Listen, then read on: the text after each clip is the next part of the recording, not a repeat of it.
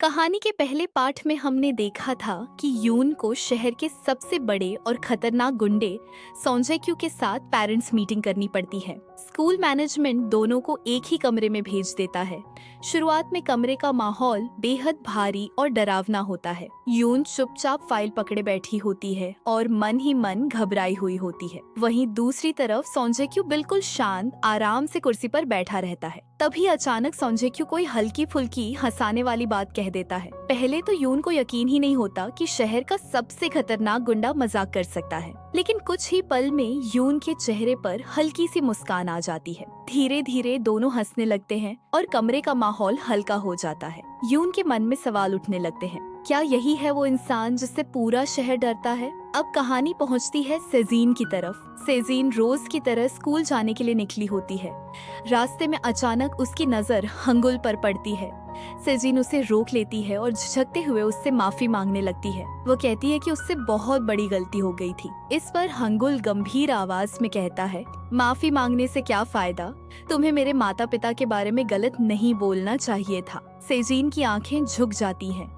वह कुछ नहीं कह पाती और चुपचाप खड़ी रहती है। तभी हंगुल उससे उसका फोन मांगता है। सेजीन थोड़ी हैरानी के साथ फोन आगे बढ़ा देती है। हंगुल उसमें अपना नंबर डालता है और कहता है, अगर कभी किसी चीज की जरूरत पड़े तो मुझे कॉल करना और ज्यादा परेशान मत होना। इतना कहकर हंगुल स्कूल की तरफ चला जाता है। सेजीन कुछ पल तक उसे जाते हुए देखती रहती है।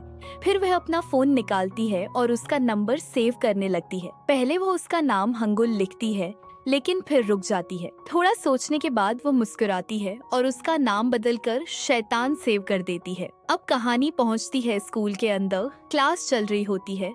यून पूरे ध्यान से बच्चों को पढ़ा रही होती है। ब्लैक बोर्ड पर सवाल लिखे होते हैं और क्लास बिल्कुल शांत होता है। तभी एक छात्र अपनी सीट पर इधर उधर हिलने लगता है। उसे पास बैठे छात्र की वजह से बोर्ड साफ दिखाई नहीं दे रहा होता है। यून पढ़ाने में व्यस्त रहती है, लेकिन थोड़ी देर बाद वह छात्र हिम्मत करके बोल देता है। यून उसकी तरफ जाती है और वजह देखने के लिए आगे झुकती है। तभी उसकी नजर उस डंबल पर पड़ती है जिस पर साफ साफ सोंजेक्यू का नाम लिखा होता है। नाम देखते ही यून सन्न रह जाती है। उसका दिल तेजी से धड़कने लगता है। वह हैरानी और डर के बीच सोचने लगती है, सोंजेक्यू, शहर का सबसे खतरनाक गुंडा, आखिर उसने अपना नाम यहाँ क्यों लिखा? तभी स्कूल के प्रिंसिपल क्लास में आते हैं और उस भारी भरकम डंबल को देखकर गुस्से में आ जाते हैं। वह तुरंत सभी टीचर्स को आदेश देते हैं, इस डंबल को अभी के अभी उठाकर स्कूल के बाहर रखो।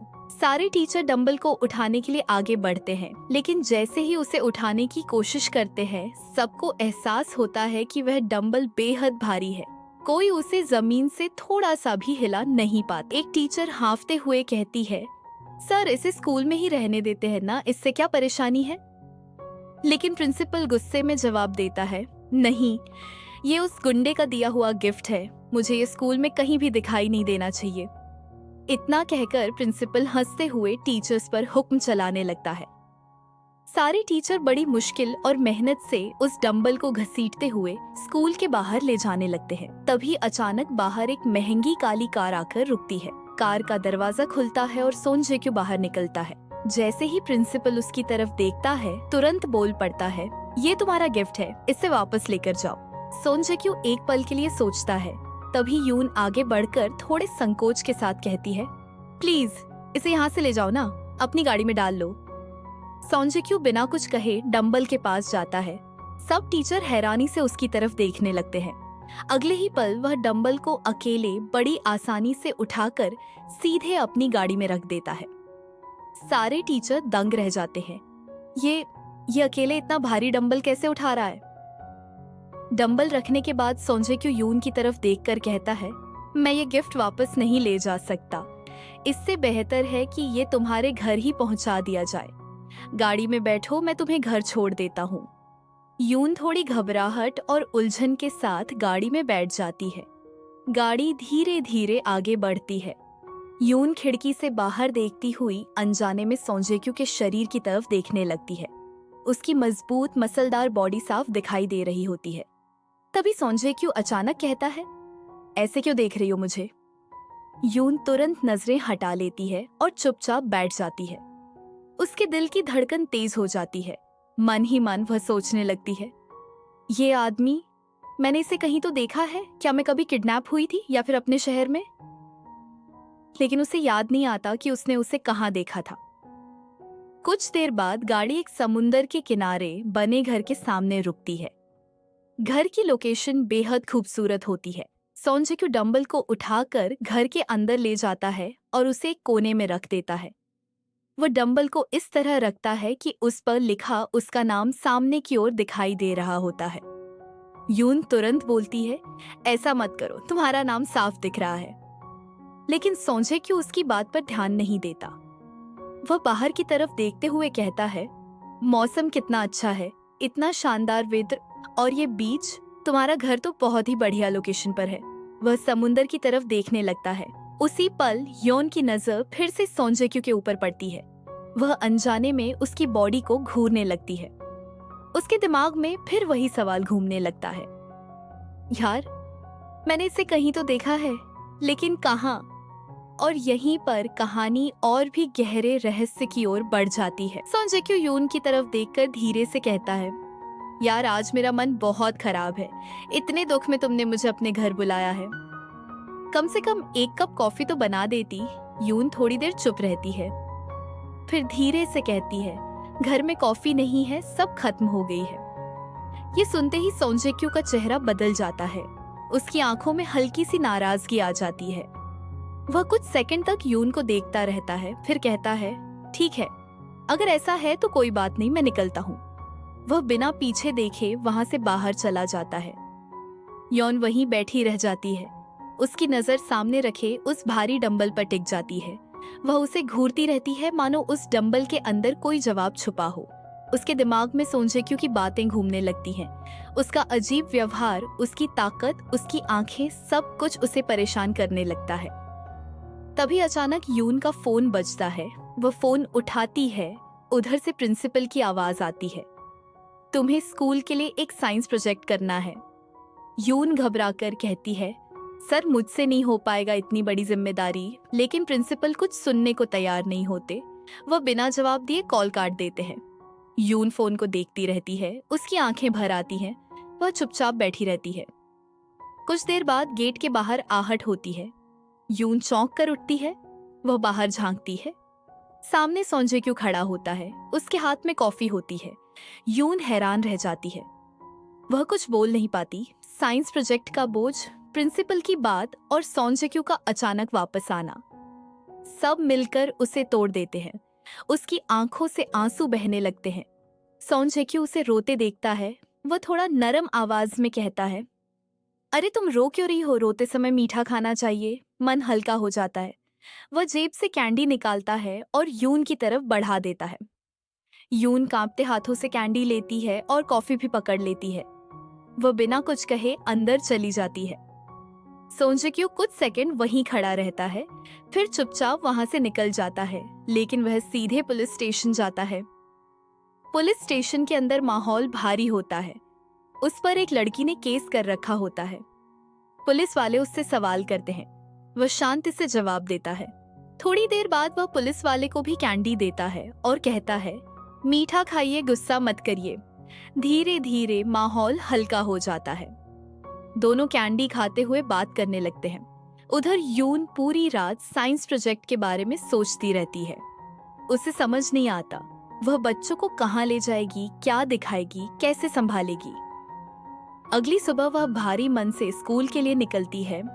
रास्ते में पुलिस स्टेशन पड़ता है। वह सिर झुकाकर चलती है। पुलिस स्टेशन के बाहर उसे सोनजेक्यू के गुंडे खड़े दिखते हैं। उसी वक्त सोनजेक्यू स्टेशन के अंदर से बाहर निकलता है। वह अपने आदमियों को हाय हेलो करता है। यून घबरा जाती है। वह तुरंत पास खड़ी एक कार के पीछे छुप जाती है। कहीं वह मुझे देख न ले, कार के पीछे से वह देखती है। सोनजेक्यू के आदमी टोफू लाते हैं और सोनजेक्यू बिना रुके खाने लगता है। उसका खाना खाने का तरीका बिल्कुल किसी जानवर जैसा होता है। ये सब देखकर यून और ज्यादा चौंक जाती है। वह चुपचाप वहां से निकल जाती है और सीधे स्कूल पहुंचती है। क्लास में पहुंचते ही वह बच्चों को साइंस प्रोजेक्ट के बारे में पढ़ाने लगती है। बच्चे ध्यान से सुनते हैं। कुछ बच्चे बोर भी हो जाते हैं, लेकिन यून पूरी कोशिश करती है कि उसका डर बाहर न आए। तभी एक बच्चा पूछता है, मैम आप हमें साइंस प्रोजेक्ट के लिए बाहर कहाँ ले जाएंगी? यून कहती है, अभी तय नहीं किया है। सेजीन पूछती है, मैम आप हमें कब लेकर जाएंगी? यून कहती है, पहले जगह तय होने दो।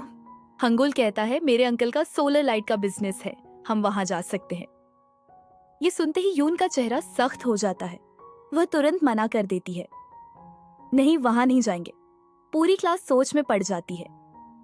यून कहती है, पहले पढ़ाई कर लेते हैं, बाद में सोचेंगे। उधर सॉन्जे क्यों अपने सोलर सिस्टम पर काम कर रहा होता है। उसके साथ ही मिलकर भी एक सोलर पैनल नहीं उठा पाते, लेकिन सॉन्जे क्यों अकेले ही उसे उठा लेता है। सब लोग थक कर बैठ जाते हैं और बातें करने लगते हैं। तभी सॉन्जे क्यों को स्कूल से कॉल आता है। एक बच्चा बाथरूम में छुपकर सारी बात बता देता है। सॉन्जे क्यों बिना समय गंवाए यून के पास पहुंच जाता है। वह कहता है, आप साइंस प्रोजेक्ट करने वाली थी और उसका ऑनर मैं हूँ। वह समझाता है, मेरे पास ही सोलर पैनल है, दूर जाना बच्चों के लिए मुश्किल होगा। काफी देर बहस के बाद यून मान जाती है।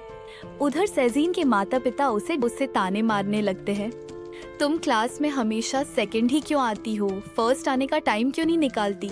हमें तो लगता है कि तुम ठीक से पढ़ाई भी नहीं कर रही हो।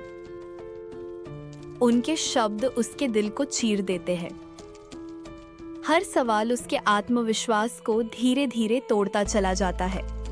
वह खुद को समझाने की कोशिश करती है, कुछ कहना चाहती है, लेकिन माता पिता के सामने उसकी आवाज दब जाती है। गुस्से और फ्रस्ट्रेशन से भरी हुई वह बिना कुछ बोले अपने कमरे में चली जाती है। दरवाजा बंद करते ही उसका सब्र टूट जाता है। वह बिस्तर पर बैठकर सिर पकड़ लेती है, दीवार पर सिर पटकती है और फूट फूट कर रोने लगती है। कुछ देर बाद वह कांपते हाथों से अपना फोन उठाती है और सीधे हंगुल को मैसेज कर देती है। एक के बाद एक 3-4 मैसेज भेज देती है, मानो अपने मन का सारा दर्द उन्हीं शब्दों में उड़ेल रही हो। उधर हंगुल अपने अंकल के साथ पढ़ाई कर रहा होता है। उसके अंकल उसे समझा रहे होते हैं और दोनों पढ़ाई से जुड़ी बातें कर रहे होते हैं। थोड़ी देर बाद खाने की बात होती है और वे चिकन बनाने का फैसला करते हैं। इसी बीच स्कूल और आने वाले साइंस प्रोजेक्ट की बात निकलती है। हंगुल बताता है कि वे लोग यून मैम के साथ प्रोजेक्ट के लिए बाहर जाने वाले हैं। फिर अगला दिन आता है। यून मैम जाने के लिए पूरी तरह तैयार हो जाती है। बैग उठाते समय उनका मन थोड़ा घबराया हुआ होता है। उन्हें बार बार टंबल याद आने लगता है और दिल में डर बैठ जाता है, कहीं मेरे साथ कुछ गलत न हो जाए। वह खुद को समझाती है, मन ही मन खुद को मोटिवेट करती है और बाहर निकलने की हिम्मत जुटाती है। जैसे ही जाने का समय होता है, वह गेट खोलकर बाहर आती है। सामने का नजारा देखकर वह चौंक जाती है। बाहर सॉन्जे क्यों व्यायाम कर रहा होता है। इसी बीच हंगुल जल्दी से जाकर गाड़ी की पिछली सीट पर बैठ जाता है। यून मैम उसे देखकर कहती हैं, तुम आगे बैठो, मैं पीछे बैठ जाऊंगी। लेकिन हंगुल उनकी बात नहीं मानता और तुरंत पीछे ही बैठ जाता है। मजबूर होकर यून मैम को आगे की सीट पर बैठना पड़ता है। थोड़ी झिझक के साथ वह आगे बैठ जाती है और गाड़ी समुद्र के रास्ते उनके साइंस प्रोजेक्ट की ओर निकल पड़ती है। रास्ते में ठंडी हवा चल रही होती है और माहौल धीरे धीरे शांत हो जाता है। कुछ देर बाद यून मैम और सॉन्जे क्यों अपनी अपनी जिंदगी के बारे में बातें करने लगते हैं। पीछे बैठा हंगुल चुपचाप उनकी बातें सुन रहा होता है। तभी अचानक हंगुल के फोन पर कॉल आ जाती है। फोन होता है सेजीन का। हंगुल कॉल उठाता है। सेजीन परेशान आवाज में कहती है, मैंने तुमसे कहा था ना, जब मैं परेशान हूं तो तुम्हें कॉल करूंगी। आज सच में बहुत परेशान हूं, इसलिए तुम्हें फोन किया है। यह सुनते ही हंगुल का चेहरा बदल जाता है। वह तुरंत गाड़ी रोकने के लिए कहता है। गाड़ी रुकते ही वह उतरते हुए बोलता है, मुझे एक जरूरी काम है, मैं आगे नहीं जा सकता, तुम दोनों ही चले जाओ। यह कहकर वह वहां से जाने लगता है। यून मैम घबरा जाती हैं और कहती हैं, नहीं, मुझे यूं अकेला छोड़कर मत जाओ। फिर वह साफ शब्दों में कहती है, मैं तुम्हारे साथ अकेली नहीं जाऊंगी। जब तक वह वापस नहीं आता हम यहीं इंतजार करेंगे। अगर वह नहीं आया तो हम कहीं नहीं जाएंगे। सॉन्जे क्यों थोड़ी देर सोचकर कहता है, ठीक है, कोई बात नहीं, लेकिन जब तक इंतजार कर रहे हैं क्या करें? कहीं घूम लें, कुछ खाने चले। लेकिन यॉन मैम मना कर देती है।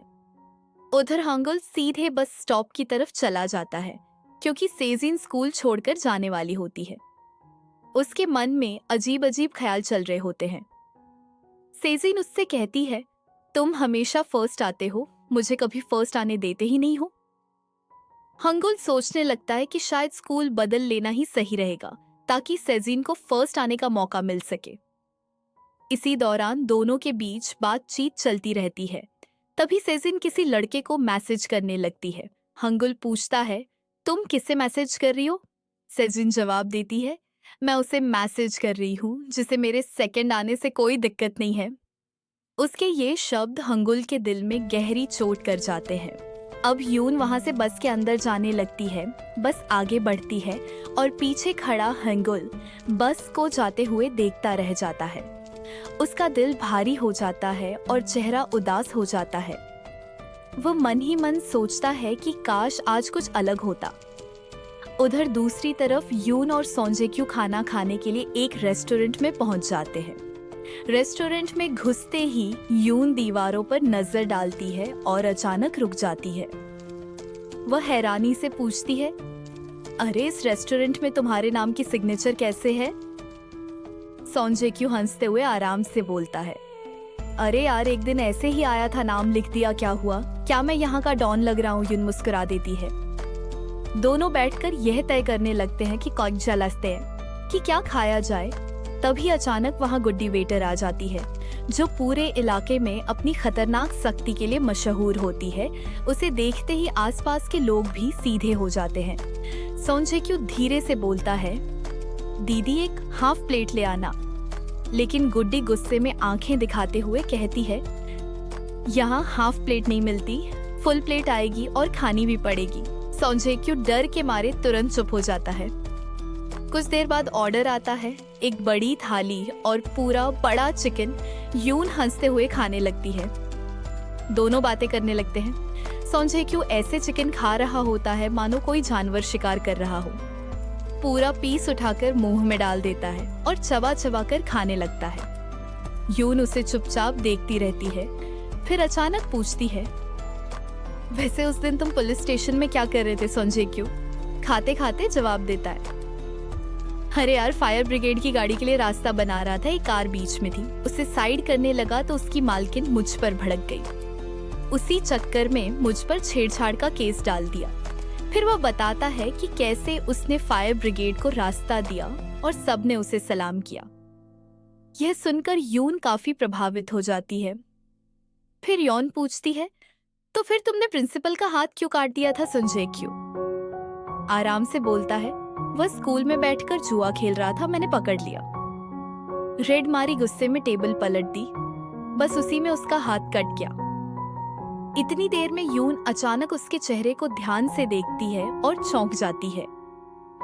अरे तुम्हारे मुंह पर यह क्या हो गया? सोंजेक्यू शीशा देखता है तो उसके चेहरे पर फुंसियां निकल आई होती है।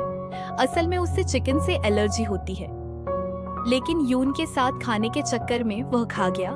दोनों बाहर गार्डन में आ जाते हैं। यून उसके हाथ में टैबलेट देती है और कहती है, तुम्हें एलर्जी थी, फिर भी क्यों खाया? सोंजेक्यू हल्की मुस्कान के साथ बोलता है, अगर मैं नहीं खाता तो तुम भी नहीं खाती, तुम भूखी रह जाती, इसलिए मैंने खा लिया। यह सुनकर यून कुछ पल के लिए चुप हो जाती है।